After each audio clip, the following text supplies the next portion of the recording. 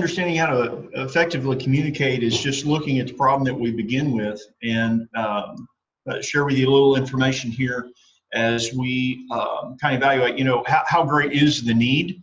One of the things that we see right off the bat that being reported from hiring managers in companies, when their PayScale did a great survey among people who were hiring graduates right out of college, and these graduates are coming in and they are really excited. They've got a degree in hand and they think, man, I'm going to be incredibly successful. But what we're finding is that many of them simply aren't equipped with some of the basic skills that are required for them to be able to put all that knowledge they just acquired in college to use. And what we see is that 44% of the college graduates, as reported by these managers, are not proficient in writing skills. So if there's a part of what they're assigned to do means they have to write or communicate through writing, either to other managers or out to maybe the public that they're serving, or to the customers that they're trying to serve, that they're not very proficient in how they write. And what follows then is that 39% of these hiring managers say that the new hires are lacking in public speaking skills. And these two things really kind of go hand in hand.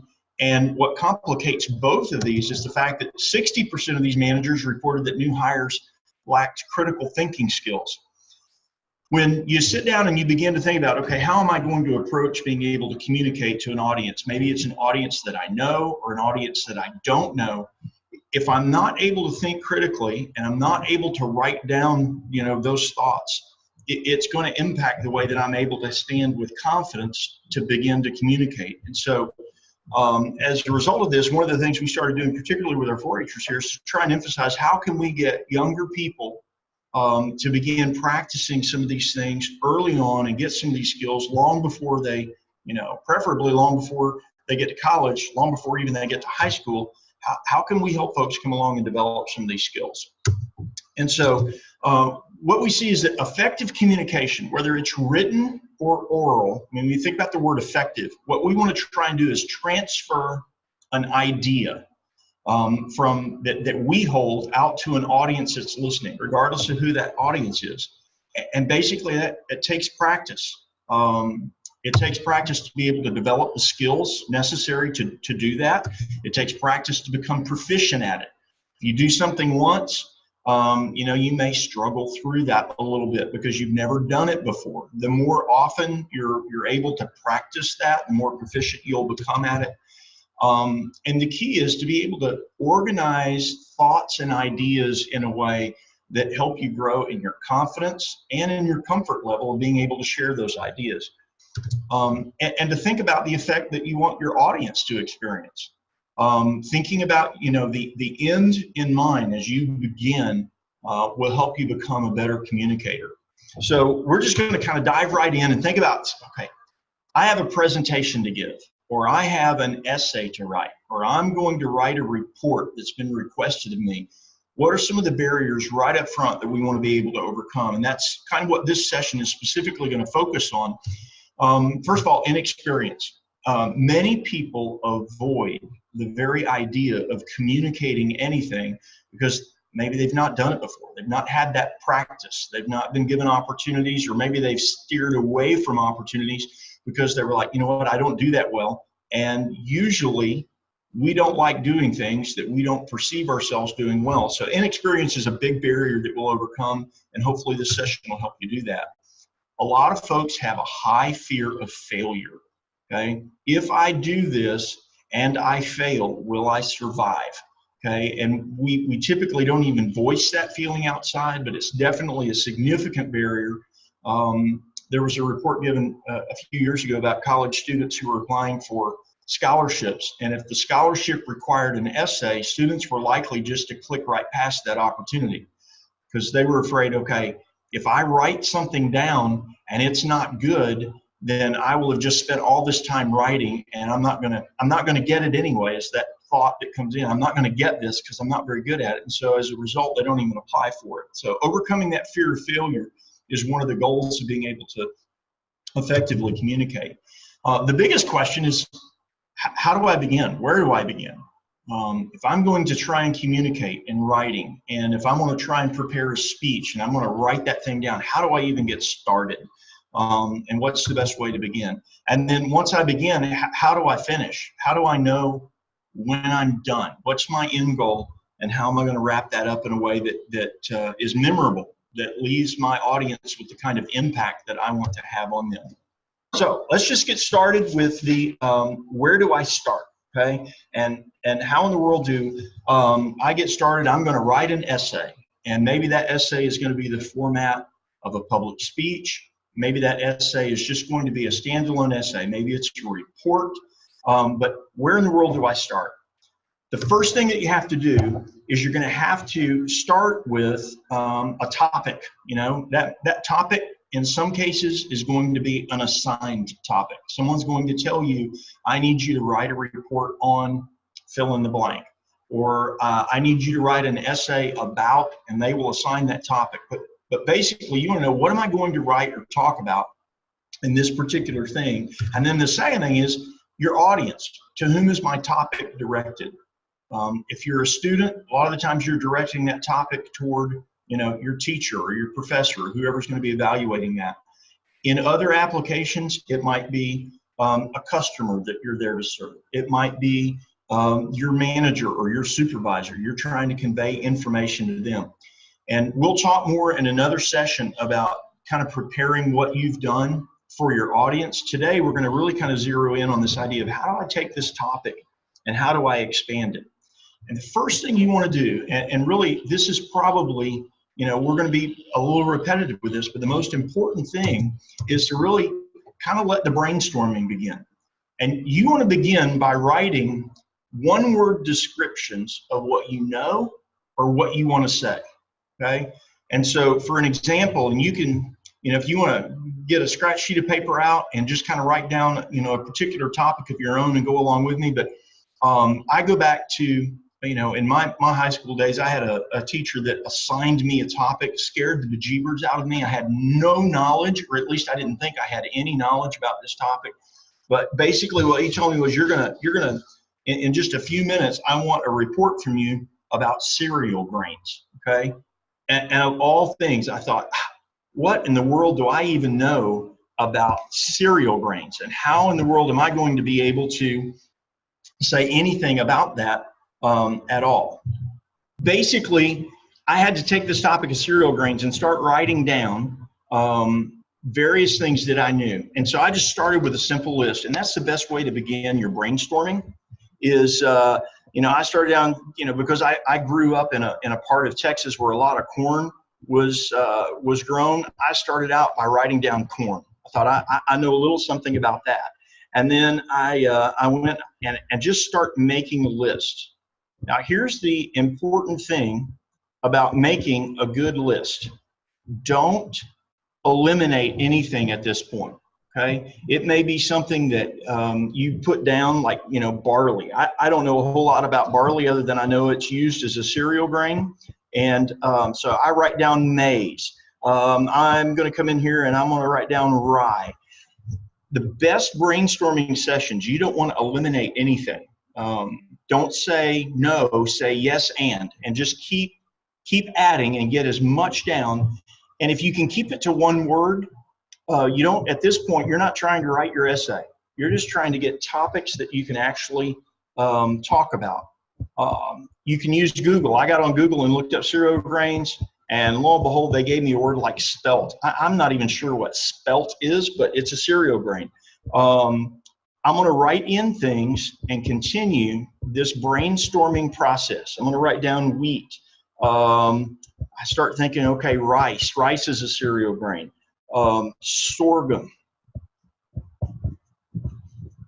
And the more things you can write down, the more options you're going to have to be able to basically draw from in what you're going to end up doing. So I'm going to write down triticale. I'm not even sure I know entirely a lot about triticale. That's okay. I'm going to continue to write down topics. If you write them down more than once because you think of them, that's perfectly okay too. Don't limit yourself in the brainstorming session. The more things you can put down, the more prepared you're going to be to select then from those.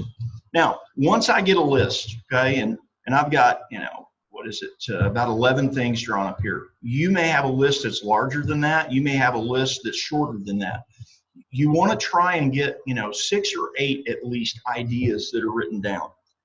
And then the next thing you want to do is you want to use this scratch sheet of paper, okay? And this is something that you can do if you have a mobile phone and you have a memo pad that you can just kind of scratch things down on, or just a little scrap of paper that you can write down that will help get you started. From this point, what you want to do is you want to go through right away and say, you know what, I don't know anything about spelt, so I'm just going to draw a line through that, okay? Because I don't have much knowledge about that. I don't have any experience with that. I'm not entirely sure what that is. And you want to go through and take out the things that intimidate you right off the bat.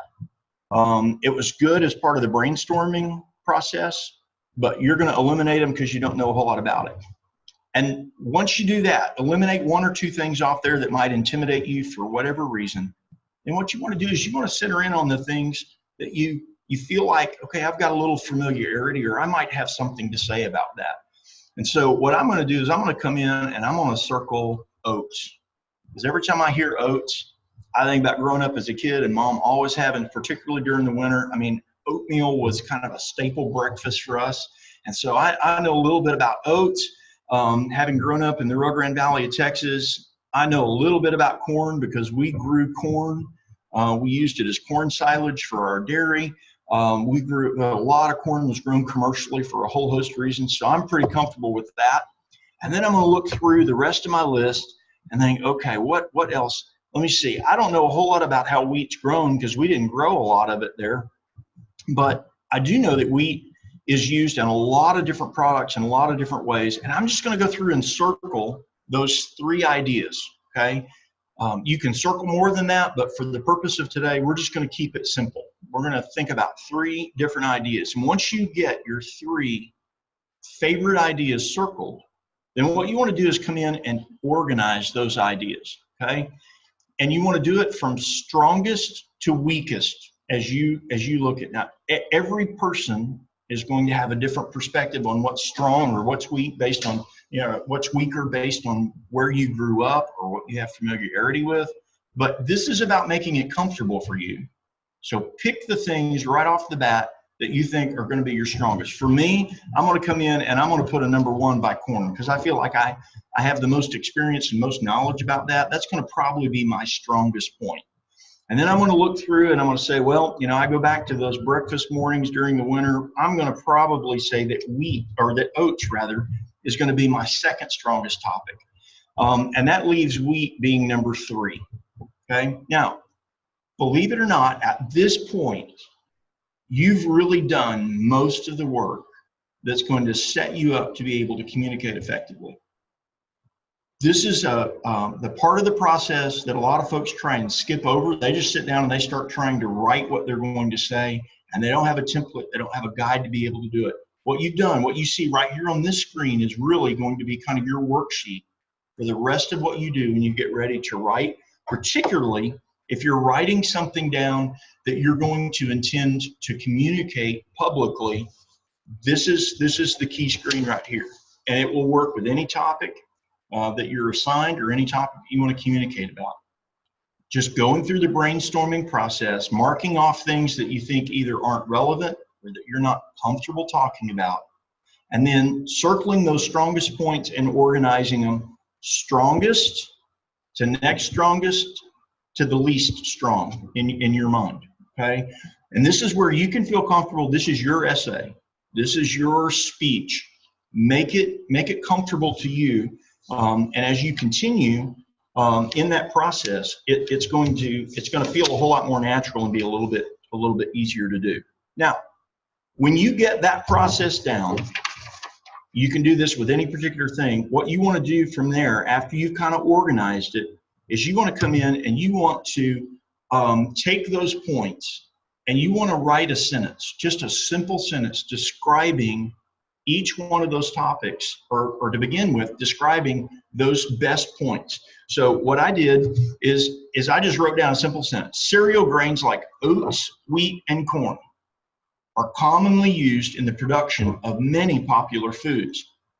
And if you'll notice the way I organized them, you want to take your strongest topic. When you think about presenting to your audience, you want your strongest topic to be the thing that you conclude with, okay? It's going to be the most memorable. So you want to organize it, putting it last. You want to take your next strongest topic and you want to open with it. And you want to take your weakest topic and you want to sandwich it in the middle. And there's a reason for doing this. When your audience is reading, or especially when your audience is listening to a public presentation, they are going to more than likely remember the thing that you conclude with. That's going to be, so you want to put your strongest point at the end of what you're saying. You don't want to start with your weakest point, because if you start with your weakest point, you're likely going to lose your audience pretty early on in that presentation. You want to take your weakest point, since you're probably going to have less content to share about that. Maybe you're going to be less passionate about that, but maybe it's an important thing to include. You want to sandwich it in the middle of what you're doing. And so basically what I've done here is I've just written one really simple sentence. Cereal grains like oat, wheat, and corn are commonly used in the production of many popular foods used by consumers. When I get this sentence down on paper, basically what I've done, okay, I've started, go through, and I'm going to have the second strongest point. I'm going to end with the strongest point, and I'm going to put the weakest point in the middle. What I've done when I do that is I want to write a sentence about each of those ideas, okay? And you can keep it really simple to start. Here's what I've done. Oats are commonly consumed as oatmeal, okay? Again, I'm going back to that childhood memory. You might, if you're talking about oats, you might talk about whatever the strongest point is for you.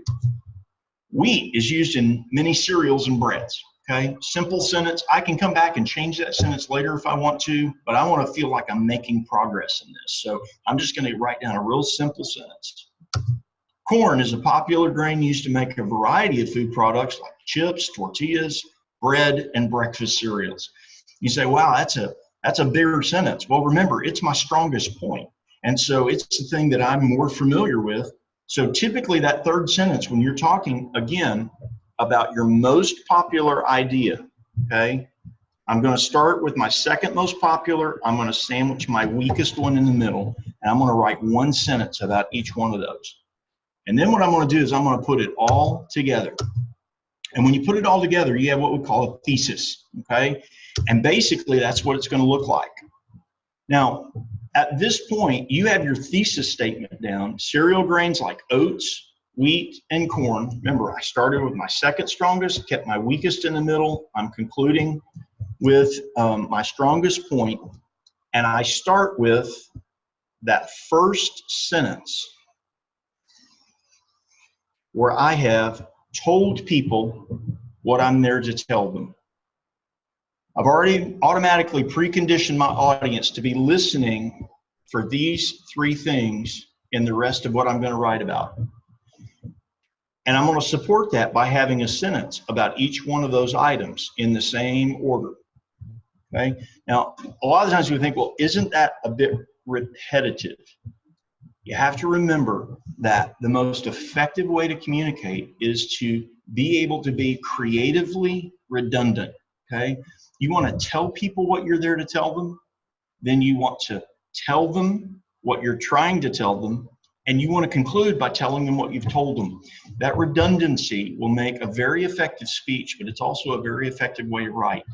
Okay. And the more you do this, the more you practice this, you can get incredibly creative at how redundant you are, not using the same words over and over again, but find creative ways to say the same thing in a way that helps that person remember what they walk away from. Because effective communication is basically having your audience remember what you said or remember what they read. Okay, so when you have your thesis statement, okay, which is what we call this whole thing, your introduction sentence and then a supporting sentence that backs up that, is that basically when you have it all together, your thesis is going to serve as your introduction. And if you're writing, say, a 5-paragraph essay, or you're going to have a 5-paragraph speech, you basically have already written now, just with this simple process, you've already written your thesis. That's going to be your introduction. Your thesis is also going to serve as your conclusion. Even if you state it word for word, you started out with it, you moved on and talked about other things in the body of your communication piece, you're going to come back and remind people. Now remember, this is what I was talking to you about. And each of the items in your thesis is going to serve as a guide for supporting topics in the body of your essay or speech. Okay, so each of those three items now, we're gonna build in and we're gonna talk about those. I've already gotten my introduction done. I've really already gotten my conclusion done. Now I just have to work on the body. And where we go from there is we're basically gonna come back, okay? We say, I got my introduction and I got my thesis. What are we gonna do next? Well, we're gonna repeat that brainstorming process for each subject in your thesis. Okay, and so in this particular case, what I'm going to start doing is I'm going to brainstorm everything that I possibly can about oats, and I'm going to write that. I'm going to go back to that scratch pad, and I'm going to do that same kind of process to organize it and to begin to build my paragraph about oats.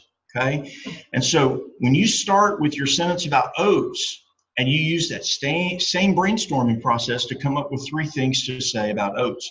And you're going to put it all together to form your first paragraph after the thesis. You're going to repeat that process with wheat. You're going to repeat that process with corn. A lot of the times people bog down where they start thinking about how am I going to say all this stuff, and they start including random facts, and maybe they kind of mix it up, or they change topics in the middle of what they're talking about, and they go from corn to wheat to it's labor intensive. It's also kind of defeating because you don't see it coming together. So just use that brainstorming process on each one of those topics. And basically, you're going to repeat that process with wheat. You're going to repeat that process with corn. You're going to rewrite your thesis then as your concluding paragraph. And you can come in and tweak it a little bit so that it's not exactly verbatim what it was, but you basically already have the content of your conclusion when you write your thesis statement. Okay, so you're going to start with your thesis statement. Then you're going to have paragraph 1, which is going to be all about oats. You're going to have paragraph 2, which is going to be everything that you culminated out of your brainstorming process about wheat. And then you're going to go to paragraph 3, which should be your strongest topic. You always want to conclude with your strongest topic, all right? And that's going to be your 3rd paragraph. And then you're going to rewrite your thesis statement as your conclusion. And as simple as this sounds, and it really is pretty simple, it's a very effective way to begin just kind of a practice mode with things. It's something that you can do relatively quickly. But because of how you've organized it, if let's say you're a student and you've got to give a 3 to 5 minute speech, writing that speech is one thing, but then the big part is how in the world am I going to remember this? If you've got 3 points in your thesis statement, you basically have already pre-prescribed a way to memorize that entire speech. I know I'm talking about 3 things. I know the order I'm going to talk about them in. And it makes it a whole lot easier to remember. And once you get that thesis statement down, you have memorized, okay? When you memorize your thesis statement, you've already memorized your conclusion. You basically already have 2/5 of your speech memorized just in the way that you organized it when you wrote it down in the first place. And then I'm going to remember the order because I've mentioned my order already once up here. I've mentioned my order again at the conclusion. I know automatically my order is going to be oats, then wheat, and then corn. So in a very short order period of time, particularly just with a little practice, by the 2nd or 3rd time you've gone through this little way to organize and way to prepare, you're getting down all of the things that you need to be able to memorize it so that you can go very quickly from what you wrote down to being able to present that publicly. Even if I just walk in with my note card with just 3 words on it on my note card, I have a pretty good way of memorizing everything that I want to say to people. Okay? I'm here today to talk to you about oats, wheat, and corn as examples of popular cereal grains used today by consumers everywhere. Obviously, if the consumers are using it, it's a very important topic for farmers, okay? And just right off the top, I'm going to be able to say something that really kind of draws back what my thesis is. When I conclude, I'm basically going to restate what I told people. And in the body, I'm just basically going through and telling them what I'm there to tell them. All right. Now, how do I take that and polish it up? Here are a few tips that I like to tell people, particularly when you're writing, but especially when you're speaking. Start simple. You use that brainstorming process. Don't worry about, okay, this is going to be my finished product. Start simple with very simple sentences, simple topics. When you're brainstorming, don't write out a paragraph in your brainstorming session. You'll get very tired and you'll want to quit. Keep it with one words or very simple sentences. The other thing is when you get done with any public speech, I hear a lot of people that do this at the end of the speech. They'll say, thank you for reading, or thank you for listening to my speech. I want to encourage you, and this is just my opinion, but I want to encourage you, avoid saying thank you, because really, if you think about it, if you have something important to say and something that your audience needs to hear, if you come in or if you conclude by saying, thank you for listening to my speech today, what you're really saying is, thank you for wasting 3 to 5 minutes of your time that you're never going to get back in your lifetime because I wanted to stand up here and say something. I mean, it's not a very good way to conclude. Basically, what you want to go in thinking is, my audience should be thanking me. I just shared something important with them. I just shared my perspective, or I shared some data that's going to affect them in a very positive way.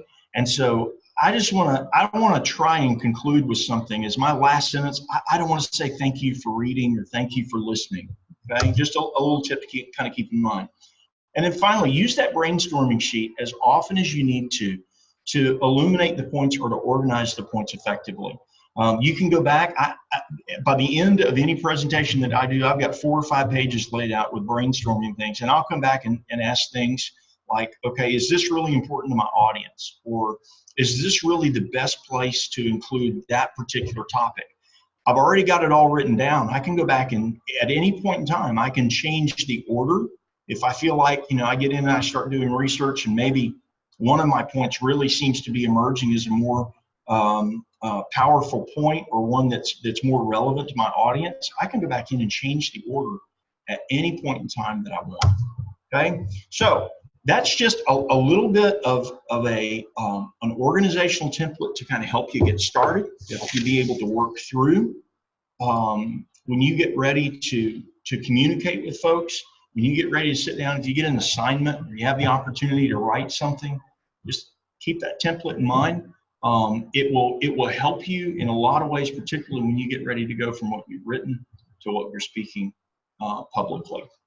And hopefully you'll be able to take all the knowledge at whatever stage you are. If you're in middle school, if you're in high school, if you're in college, if you're that post-college graduate who's in a new field, and now you find that you've got to do practical everyday writing or speaking exercises. But this is also good for the professional who says, you know what, I'd like a little bit different way maybe to organize what I'm trying to say when I'm communicating with my audience, whoever that audience is. Hopefully this outline will give you a quick way that you can kind of sit down and organize your thoughts and help you be a more effective communicator.